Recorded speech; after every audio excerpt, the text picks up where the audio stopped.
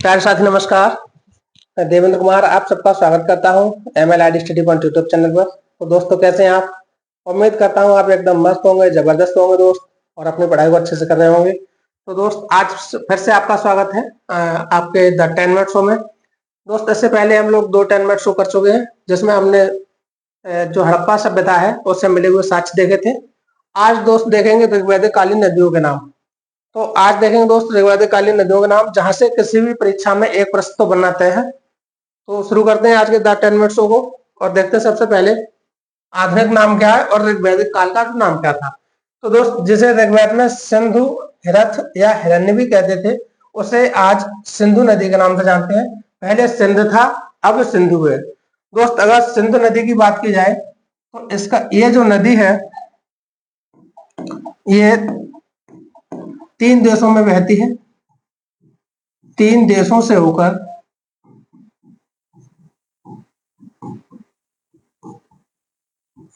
बहती है। तो दोस्त वो 3 देश कौन कौन से हैं? एक इंडिया, दूसरा पाकिस्तान, और दोस्त तीसरे की बात की जाए तो तीसरा है इसका उद्गम स्थल जहां से होता है चाइना। तो दोस्त ये नदी कहाँ वो किन देशों में बहती है? तो 3 देशों में बहती है। इसके दोस्त अगर उद्गम की बात की जाए तो इसका उद्गम तिब्बत के मानसरोवर से है। तिब्बत के मानसरोवर। दोस्त ये तिब्बत के मानसरोवर से निकलती हुई अगर इंडिया के मैप को देखें तो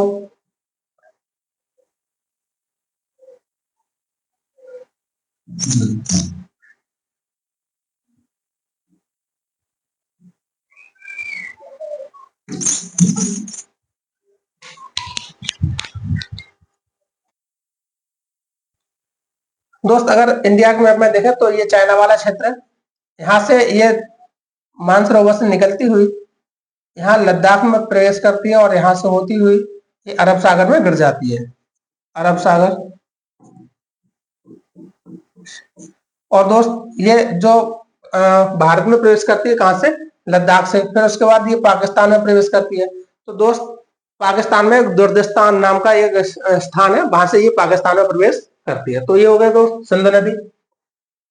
दोस्त अगर सिंधु नदी की और बात की जाए तो सिंधु नदी जो अरब सागर में गिरती है, अरब सागर में गिरने से पहले इसकी जो 5 सहायक नदियां हैं, कितनी है दोस्त? 5 सहायक नदियां हैं। एक चेनाब, दूसरी रावी, तीसरी सतलुज, चौथी चेनाब, रावी, सतलुज, झेलम, और दोस्त अगली है ब्यास। तो ये इसकी 5 सहायक नदियां हैं जो जो सिंधु नदी अरब सागर में गिरती है उससे पहले ये मिलती है। ठीक है दोस्त, आगे बात करते हैं शतुद्री। तो दोस्त जिसे ऋग्वेद काल में शतुद्री कहते थे, इसको वर्तमान में सतलज कहते हैं। कुबा नाम की नदी को काबुल नदी कहते हैं। बेतस्ता को झेलम कहते हैं दोस्त। तो अगर आपसे पूछा जाए कि बेतस्ता का युद्ध या झेलम का युद्ध, तो झेलम का युद्ध नाम से भी आता है या बेतस्ता का युद्ध।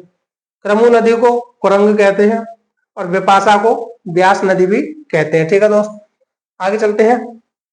स्वात नदी को पहले स्वस्तु कहते थे।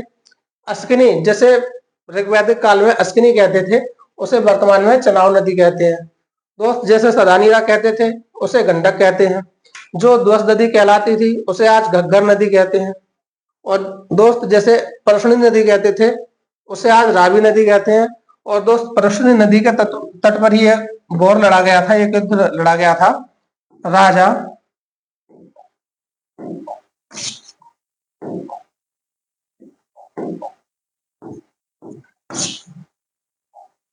जो राजा सुदास थे, राजा सुदास, जिनका युद्ध 10 राजाओं के बीच हुआ था, वो कहाँ लड़ा गया था? परसुनी नदी पर। और दोस्त जिसे पहले गोमल कहते थे उसी को आज गोमती नदी के नाम से जाना जाता है।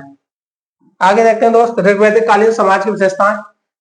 तो दोस्त ऋग्वैदिक काल के समाज की अगर विशेषताओं की बात की जाए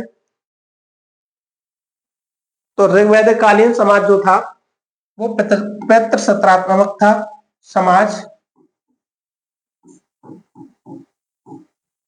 पितृसत्तात्मक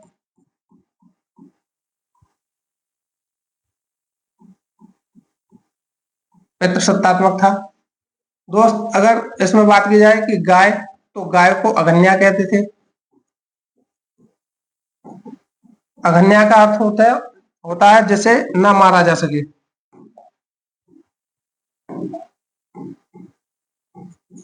जिसे न मारा जा सके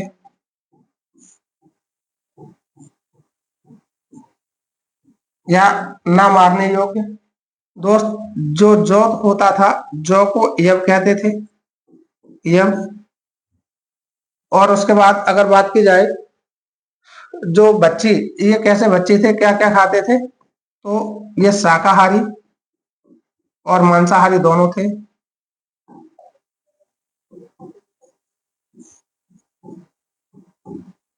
और मांसाहारी दोनों ही थे, ठीक है दोस्त। उसके बाद अगर इसकी बात की जाए आगे समुद्र को, तो समुद्र को पारावत कहते थे। समुद्र को पारावत नाम से जानते थे। तो दोस्त ये थी ऋग्वैदिक कालीन नदियां और उसके समाज की विशेषताएं। दोस्त अगर बात की जाए तो जो नदियां हैं, तो ऋग्वैदिक काल में जो नदियां थी इन्हें देवी की भांति पूजा जाता था, देवियों की तरह पूजा जाता था।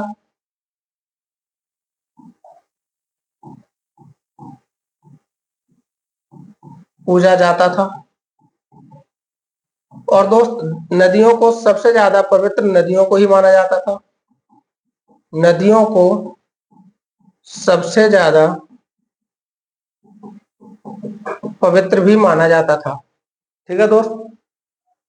अगर मैप की बात करें तो दोस्त ये सप्त संगम है जिसमें 7 नदियां हैं। एक तो सिंधु नदी, झेलम, चिनाब, रावी, ब्यास और सतलुज।